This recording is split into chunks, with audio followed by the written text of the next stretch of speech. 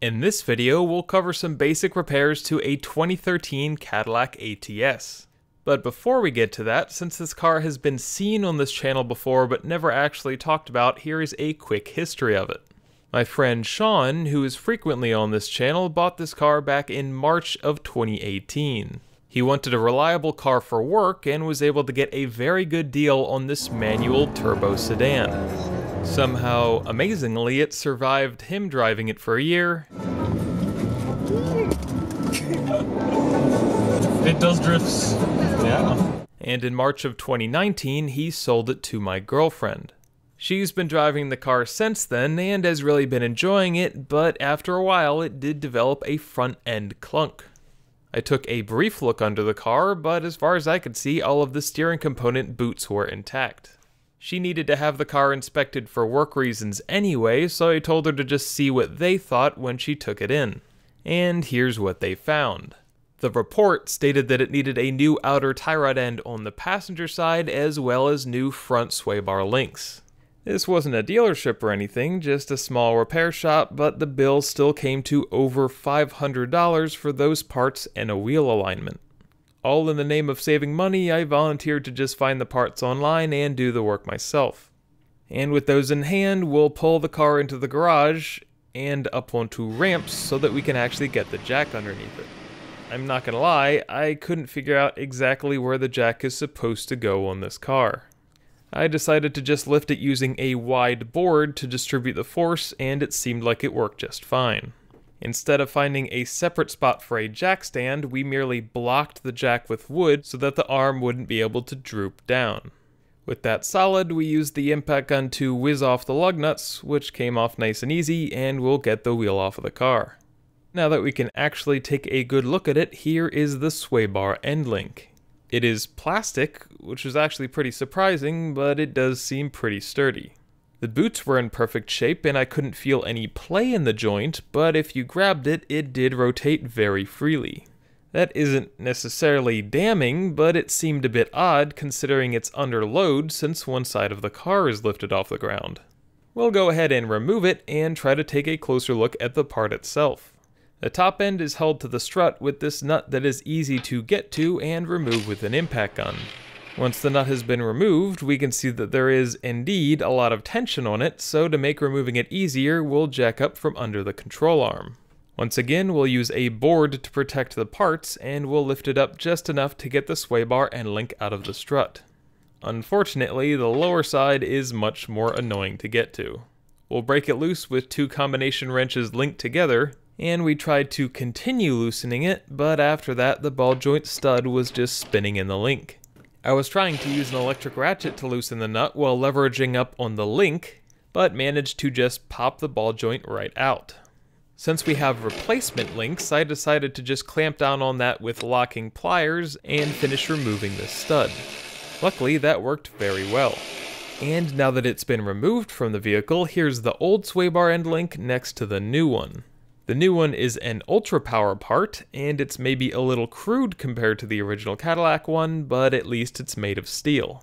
Before throwing that in, let's take a closer look at the old link. The boot appears to have stayed sealed, so all of this crud is just dried up grease. What really surprised me, and probably explains some things about why this got so loose, is that there's no steel insert in there. That steel ball stud rides directly on the plastic of the link. It appears to be a high quality plastic, but with the steel of the ball stud rubbing directly against it all of the time, of course it's gonna wear out. So with our fingers crossed that it'll last a bit longer than the old one, we'll go ahead and install the new link. We'll slot the lower end into place on the sway bar and then jack up the control arm again until we can get the upper end through the strut. There weren't any included, but I figured we should go ahead and install a washer on each end, and then we'll thread on the lock nuts that came with the links. Just like removing it, the top one is pretty easy, and we'll just snug it down with the impact gun. To tighten the lower side of the link, we need to hold it in place, and the easiest way to do that is to apply some tension by simply lowering the control arm off of the jack. We'll spend some time turning it with a ratcheting open-end wrench until there's enough space to get the electric ratchet on there. Of course, this stud is too long for the shallow socket, and there's not enough space for the deep socket, so that only gets us partway, but it saves a bit of time. We'll finish tightening with the ratcheting open end wrench until the nut is fully snugged down and the sway bar link is in place. I unfortunately wasn't able to find a torque spec for these, so based on the size and style of the fastener, we decided on 45 foot-pounds. We'll torque the top of the link down to that spec, and since I couldn't really manage to get the torque wrench on it, we'll just get it nice and tight. Unlike before, with the tension of the sway bar on it, I'm not able to move the link at all by hand. This side should be good to go, so we'll reinstall the wheel. For now, we'll just snug those down so that we can set the car back on the ground. Then we can unblock the jack and remove it from underneath the car. And we'll lift up the other side, ready to repeat the same process. Pretty quickly, we ran into an issue. Unlike the other side, these lug nuts were extremely tight. This is the side with the tie rod problem, so presumably the shop that did the inspection removed this wheel to look at it. We had to switch to the bigger electric impact and the heavier socket to get the job done. Luckily, the lug studs, lug nuts, and the wheel lug seats appear to be just fine. At least with the wheel finally removed, we could take a better look at that tie rod. And, well, the report is definitely correct. That boot is pretty destroyed. Although it's pretty weird because all of the other boots are fine, this isn't a dry rot failure. It actually looks like it's been punctured by something and just kind of torn itself all the way around. It also seems pretty recent because the whole thing wasn't a greasy mess, and there's no rust or signs of water intrusion underneath the boot. But no matter how it happened, it definitely needs to be replaced. Before getting to that, we'll go ahead and switch out the end link on this side as well, since it's loose in the same way as the driver's side. Just like before, we'll impact the top loose, jack up from under the control arm, slide it out, pop the link out, lock a pair of pliers onto the ball stud, break loose the bottom fastener, and loosen it the rest of the way.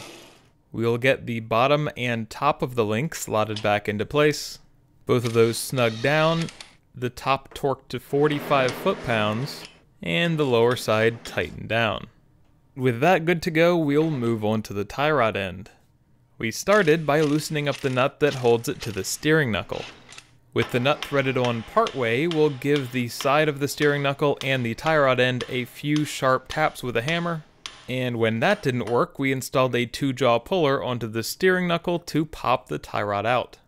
And there we are. Now we can fully remove the nut from the tie rod end and drop it out of the steering knuckle. Before we went any farther, I wanted to make sure the new part actually matched the old one, so we went ahead and got that out of its box. And here it is. Other than that bright blue boot, it looks pretty much exactly like the old one. So we need to finish removing the factory one. First, we have to loosen up that jam nut that's holding the outer tie rod end to the inner. This took a pretty good amount of force, although that's not exactly unusual for a jam nut like this. Once we got it turning, we'll spin it in and out a few times to loosen up the threads. Unfortunately, as it turned out, that was the easy part. The outer tie rod end is threaded on much in the same way, but there is a lot more thread surface area, and it is a lot more stuck. I lightly clamped on these adjustable pliers, mostly to make it easier to see when I was turning the inner tie rod and to help keep the jam nut from moving. We also ended up reinstalling the tie rod end to the knuckle to help it stay more still. The only place to turn the inner tie rod end from is this small section of 15mm hex, which, especially with just an open end wrench, was not enough for how tight it was. For the sake of time and sanity, we're going to skip past 15 minutes of hammers and torches and adjustable wrenches and everything else I could think of. After several thorough map gas torchings and spraying it down with WD-40, we finally managed to get it turning by hammering on the open end wrench. That hex on the inner tie rod end is a little bit worse for wear, but at least it's not rounded over. And we'll start to, with no small degree of difficulty, unscrew the tie rod end. We're counting how many turns it takes to remove it so that hopefully the new one will be installed in approximately the same location. And 26 turns later, the old part has been fully separated. Before installing the new part, I'm going to go ahead and cover the threads with anti-seize. We'll spin that all the way on, counting the turns, and what do you know, right when it bottoms out on the nut, it's at 26. With that in place, we'll snug down the jam nut to hopefully keep it there.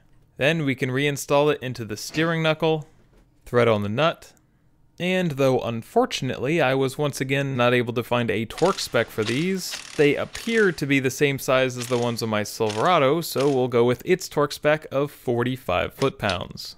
This new tie rod end is serviceable and has a grease fitting, so we'll need to fill it with grease. It only takes a few pumps before the boot starts to swell just a little bit and we know it's good to go. If the factory part had a grease fitting, I would have just pumped some grease through it to clear out any contaminants and switch the boot from the aftermarket part back onto it. But since we did change out the entire tie rod end, the car will need an alignment. We'll reinstall the wheel, snug down all of the lug nuts, and lower the car back down onto the ramps. With it back on the ground, we went around and torqued all of the lug nuts, including the back ones, just to be sure, to 100 foot-pounds. At some point, the car deserves a real professional alignment, but for the moment, we'll just break out the tape measure and set overall toe to 1/16 of an inch toe in. The setting with the new part was already fairly close, but it did take one or two adjustments to get it just right. The tires were already a little bit old and in need of replacement, but in the 3 months since doing this, they haven't shown any more wear. The car is back to driving extremely well, and there is no more clunking. It also passed its re-inspection with flying colors.